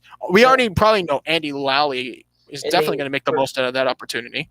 Yeah, you got you got them. You got the 31. Jordan. I heard Jordan Anderson's running COTA in the 31. He announced his sponsorship for that race. So Jordan Anderson, but then you got Bassett Racing, the 77, which probably going to be one of the Bassett brothers. It's it's been always the 03, 31, 77 being the DNQs every week. It's going to be interesting to see if those bottom 3 teams, those 3 teams that have been DNQing in every race, I wonder if they could actually bump one of these teams, like BJ McLeod's number 5. It's going to be a very tough challenge. MBM's 13 or Mike Harmon's cars. You never know. Let's move up to the battle for the win now. The championship. Who's going to take the win on Saturday? Okay. Just 200 miles. Okay, my pick, this driver doesn't have the best stats here. He has 2 starts, but an average finish of 17.5, and he has 2 top 20s. The reason he didn't drive for the best car, he drove for another team before joining this team. He drove for 2 teams last year. He has a win this season. He is not a rookie. He was a rookie last year. Driver of the number 2, Myatt Snyder, is going to get career win number 2 at Dover. Because I've seen him run good in the trucks at Dover. So I feel like he'll carry that in his number 2 car. I made a good point with Myatt Snyder, but here I think that his time will finally come. We saw it with another driver, Talladega. Daniel Hemrick He's in a position to fight for a championship. He's going to finally get that first win. It's going to be a very special moment. Okay, I thought you were going to say Riley Herbst for some reason. No, Riley. I put my hand up when I say Riley Herbst because when you said Riley Herbst, because I don't see a win for him anytime soon. I don't. Sometimes it's kind of sad. Sometimes he gets outrun by backmarkers cars. Like at one point, he was getting beaten by Mike Harmon cars, which if you get beaten by a Mike Harmon car and a Stuart Haas car, you can't replace Chase Briscoe with a driver like him. Yeah, like Chase Briscoe was not being that bad. Chase Briscoe got 9 wins last year. He was pretty much a potential champion in that car. Let's go to the open wheel discussion, and we're going to get into endurance sports car racing and all that. We'll start with IndyCar. So the Indianapolis GMR Grand Prix is upcoming this weekend for round 5 of 17. It's the last race before the 500. Entry list has not been released. It's usually released. Well, we know who's the full time. Well, the thing with Wikipedia that's nice. It says who's running what round because of people announce what rounds they're running. Like example, Charlie Kimball's running both race 5 and 6. So Indianapolis, both races. Who else? Montoya's running both races. Oh, Montoya was winning that race. Let's go. Max Chilton will drive the 59 because he runs the Indy 500, obviously, and he'll run that. Jimmy's running this race, but not the 500. He's running the Indy GP. You've got Grosjean running this race. Oh, my God. No. Fittipaldi in this one, too? No, he's not. He's running the 500. Oh, no. Why did I? Oh, no. I don't know who I just read that's running the Indy 500 this year. Oh. Cody Ware in the worst kept secret, Justin. He's in the 52 entry. Uh-oh. Remember I was thinking, that's going to ruin it. He's going to be bad. No, he's not going to be bad. Drives prototype. He's no less different than an A car. Yeah. Connor Daly's running. Castro Neves is not running this. He's only doing the 500. Yeah. So it's basically all the full-time cars. Montoya, Kimball. Yeah, it's basically the full-time entries plus Kimball and Montoya. Yeah. Running in the Indy GP. I'm trying to pick a driver. Okay, I got my pick. This driver, he's won a few times at this race because there's 3 different winners. There's 3 different teams that won the Indy GP. Like the main Indianapolis Grand Prix. Right, and let me look at the history here. It was 3 teams, Sam Schmidt, Arrow, Peterson Motorsports, Chip Ganassi Racing, 1 win each. Team Penske, 5 wins. As for the drivers that have most wins, Sam Pagenaud will Power. Pagenaud won the opening race in 2014. Power won 3 times. Scott Dixon won last year, and he has 1 win as well. Chevy outscores Honda here, 5 wins over Honda 2. So it's very easy to predict what's going on. Yeah. But I think, honestly, we might see a better reign from the Honda drivers, but it's going to be tough. Team Penske, this is the perfect Team Penske driver. Hey, hell, they own it now. Yeah. I actually got my pick. Here, Justin, shall we? Okay, my pick, this driver, he's won a few times here. His career stats in the IndyCar series, which was 2008, his starts, like the main IndyCar series like that he's been in 2008, that's according to Wikipedia. He has 37 wins, 76 podiums, 55 power. Yes, I was reading his stats. And yeah, my pick is Will Power is going to win at the Indy GP again because Scott Dixon will make history this weekend. He will tie Mario Andretti for second winningest driver in the history of IndyCar, with getting win number 52 going back-to-back in this first Indy Grand Prix race of the year. Okay, it's going to be interesting. Mind you, these guys better do well here if you want to do well in the championship, because they're coming back later in the season, when the points are going to be online, they'll be part of the Brickyard Grand Prix weekend for the NASCAR Cup Series later in the year. And what round is that? I think it's within the last 5 races. It's 5 races before the finish of the year. So take it as you will. I think we're going to have a very competitive battle.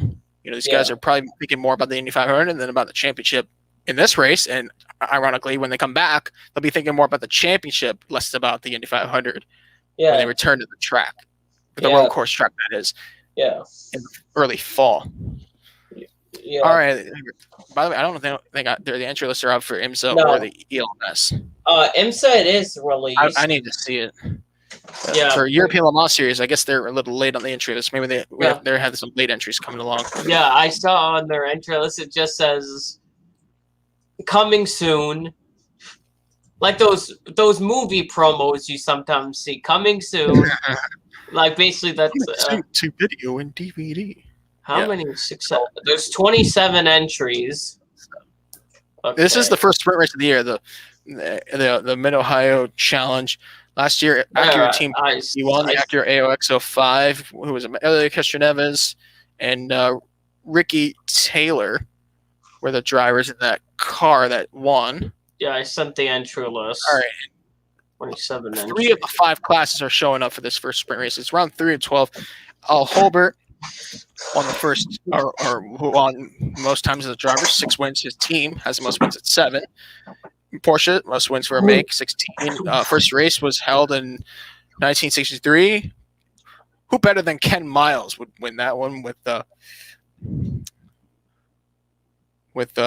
Shelby Cobra? How fitting, former Ferrari Babs right there. But let's take a look at the classes here. So only the overall winning class will be the DPI this time around. There's only 6 entries in the 27 car field. We have the LMP3 show up, 7 LMP3s. All but one of them are running the Ligier JSP 320 car. One Duquesne. That's a 47 Mercedes. And the GT Daytona class, which is the FIA Group GT3 category, running 14 cars, so they make up most of the field in the race. So we're going to really see what to expect. I don't know what to expect. It's going to be interesting because we haven't looked on the IMSA side of things. Not since, of course, when was the last time they had a sprint race? It was Laguna Seca. And a lot of things have changed since then. Oh, that's for sure. Sports car. Let's take a look at the overall category. The Daytona Prototype International. What do you got, Justin? Okay, my pick. This team, they've had a rough start to their year. They were close to win at Daytona, but they had to pit. You should know who I'm talking about. I know where you're going with this. My pick is the number 01 Cadillac Chip Ganassi Racing, driven by Ranger Van der Zandt and Kevin Magnussen. They're going to get the win in DPI. Well, I think they might do well in sprint races. I bet G. Ranger's going to do the qualifying. Kevin's going to start. Actually, no, I think it's mandatory the qualifying driver starts the race. Yeah. You might need to clarify on that. Some sports car series does it differently. But yeah, either way, they're going to put out some really fast flying laps here. Yeah. But I think that if you're going to get into a sprint race, you're going to need steady pace. And there's nothing more than a steady pace pair of drivers than 2 Brazilians in this American team owned by NASCAR's co-owner and chairman. Okay. So number 31, Whelen Engineering Racing from Action Express Racing, Cadillac DPI with Felipe Nasr and Pipo Derani. I feel like they just have something steady, and they're going to do well in the sprint races this year. Okay. Oops, I need to change that. There we go. I was about to say, IndyCar. Thanks. Only Joe would have to remind me about that. Now, let's go ahead and take a look at the other class that has 7 entries. Okay. The LMP3 class, we have 6 Ligier JSP 320s, and one Duquesne DOA. In fact, that one car doesn't have the 7 for 47 Motorsports doesn't even have a second driver announced yet. Well, that's interesting. This was not on the entry list the other day. Andretti Autosport. Interesting. With Jared Andretti and Oliver Askew.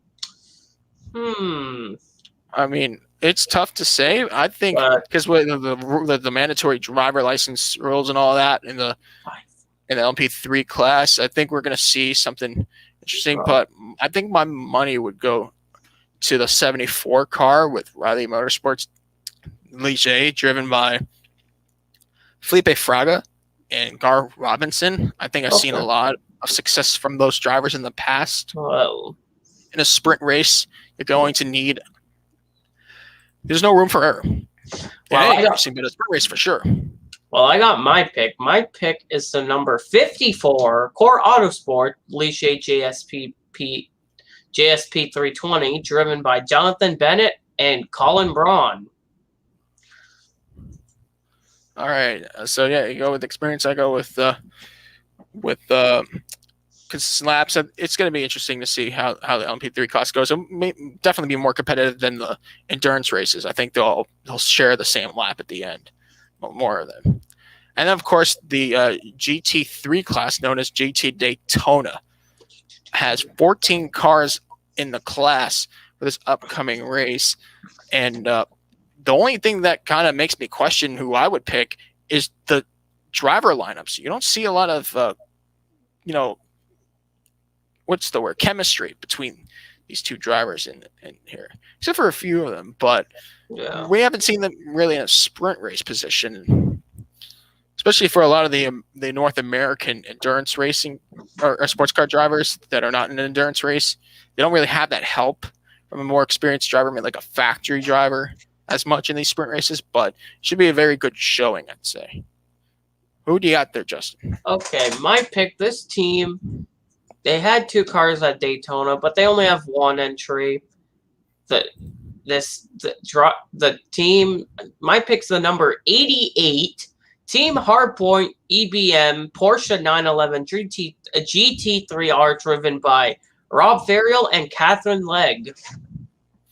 Yeah, you go with experience there. I think experience would definitely. I mean, I wouldn't be surprised at all if they finish on the podium. In fact, they almost won the 12 Hours of Sebring. If it weren't for that late race penalty from Catherine Legg. Yeah. But I'm gonna go with car number 9. Okay. This Team Fast Motorsports. They've seemed to be very impressive in the sprint races, especially with the lack of experience between the drivers. This Canadian team had to work around some barriers to get to the States. Remember, they missed a lot of races last year as a result, but they're here to stay. Yeah. And they have a factory driver that I have a lot of confidence in. So much so that if he's in the car, I would pick him to win. That, of course, is Fast Motorsports with Zachary Robicon, who is close to the team, based from where they're from Canada. And, of course, Lawrence Vantor. How about Lawrence Vantor? He's a Porsche factory driver, and he's spending time here in the States in a class that, he could be racing in the ELMS right now, if you really think about it. I'm not saying that no leagues are better, but it's pretty good to have Lawrence Vantor as a co-driver, I'd say. And also Zachary Robichon. He's actually a solid driver. I've seen him run good. He's good in his stints when he's running in the races. I feel like, that entry is also a good entry to pick. Like, it's going to be an interesting event. Only 2-hour, 40-minute race. Oh, and I forgot to mention, this is the first race of the WeatherTech Sprint Cup, which is for the GTD class only. So, they get points for a separate championship, of course, as with the normal 12-race season points championship as well, just for the GTD class in the sprint races. So let me just point them out, what the sprint races. The Detroit Grand Prix is a week after the Nürburgring 24 Hours on June 12th, joining the IndyCar weekend. And then for the Sprint Cup races, the Watkins Glen 240 Yeah, that replaces Canadian. the Canadian Tire race from Motorsport on July 2nd, a week after the 6-hour Crown Jewel race. Yep. The Northeast Grand Prix at Lima Park. The Road America race, which is on August 8th, the only sprint race to have all 5 classes participating. Yep. Then we have Laguna Seca race, the Long Beach Grand Prix, hopefully it stays, in the VIR Michelin GT Challenge. So in total, that's 2, 3, 4, 5, 6, 7, 8 races in the WeatherTech Sprint Cup, and of course the 4 races for the prestigious Endurance Cup. Yep. Along with the 12 race championship. There's a lot to fight for. And I think we're going to see some great competition come race day. Let's talk about one more sports car race before we finish this up. The 4 hours of the Red Bull Ring at A1 Ring for round 2 of 6 race European Le Mans Series Championship this weekend, formerly known as the 1000 Zeltweg at the A1 Ring, formerly pretty much an unofficial replacement of the Zeltweg airfield circuit. That track that was horrible. It was an interesting place. Well, you go watch Josh Rebel's video if you haven't. Oh yeah, Josh Rebel. You just said Josh Rebel. I'm going to watch him in an instant. Once I get off the air, I'm going to be watching this video. Yeah, he made a video about Zeltweg, and the track was interesting. Interesting to say the least. But yeah, let's take a look at the history of this race. Last time there was a major sports car race at the A1 Ring, it was 2001. Peter Cox and Ricard Rydell for ProDrive, a team that's still around, won driving a Ferrari i50 GTS Maranello. It was a 3-hour race, but it was only 1,000 kilometers. So actually, it was just 1,000 kilometers. But the great Henri Pasquarello, who invented that famous car brand and prototypes after his driving career, won the race more than any other times. He's picked up the win 3 times. Joe Siffert, Kurt Ahrens Jr. won the first race in a Porsche 917 in 1969. The beautiful Porsche 917. How could we forget that prototype car? Oh, Justin fell out of the stream. I knew the moment I was on a different tab, he would fall out. No, it happen when I'm on the tab. I wanted to replace the ELMS tab with the Wikipedia article because there's no entry list, but instead I opened it where the StreamYard tab was. Yeah. Oh, that's great. Okay. I was talking about first racing. For teams and constructors that have the most wins, just JW Automotive and Mercedes-AMG. And then, of course, manufacturer wins, just 3 wins from Porsche. It's not too much to go from in the history of this race, but I think we're going to get a good repetition of history. I was always excited. I wanted to always see like an endurance race at the A1 Red Bull Ring. Yeah, this track. Austria. It's a great track. Yeah, I some good racing in F1 and other series. F2, F3. You name it. Oh yeah. Like this race is going to be interesting, and also there's some entries that might be there that we don't know yet because of no entry list release yet, probably only tomorrow. So basically, I'm just going off Wikipedia. It only says round 1, so yeah. Oh yeah, you're right, because I'm on the ELMS Alcamel Systems website. They only have the first race, the 4 hours of Barcelona. Yeah, and I'm on Wikipedia. It says round 1. There's no rounds confirmed, so I'm just going like some entries I know they're probably exactly. Like my pick, if hopefully this entry is in the race, my pick is the number 26 G Drive Racing entry. Hopefully they're there, please. They will. I think they will be there. G Drive Racing will be. I think United Autosports will take the win. Which entry? The 22 or 32. John Aberdeen, Tom Gamble, Phil Hansen. Yeah. I can't really say much about the Pro-Am Cup award. Pro-Am, there's 25 there. You can say the 25 drive. Or the 21. TWRT. What about them? Don't rule them out. They won the first race. LMP3. I mean, it's going to be a tough one, but I think we're going to see United Sports. I'm going to go with number 3 because I've already seen a lot of good driving from Duncan Tappy, Andrew Bentley, and from Jim McGuire. Okay, my pick for the LMP3 is the number 8 Graph Racing entry, but driven by David Drew, Sebastian Page, and Eric Troyer. And then after that is GTE, the LMGTE class. Yeah, the drivers might be different here. Yeah, I think I'm gonna stay where Iron Lynx has left off and just. Which entry? There's 3. Number 80, of course. Okay. I won the first time around. Matteo Cressoni, Reno Mastronardi, Miguel Molina. I've seen a lot of great driving from Miguel Molina in the past.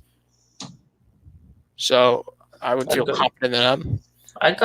My pick is the number 55 Spirit of Race Ferrari, driven by Duncan Cameron, Matt Griffin, and David Perel.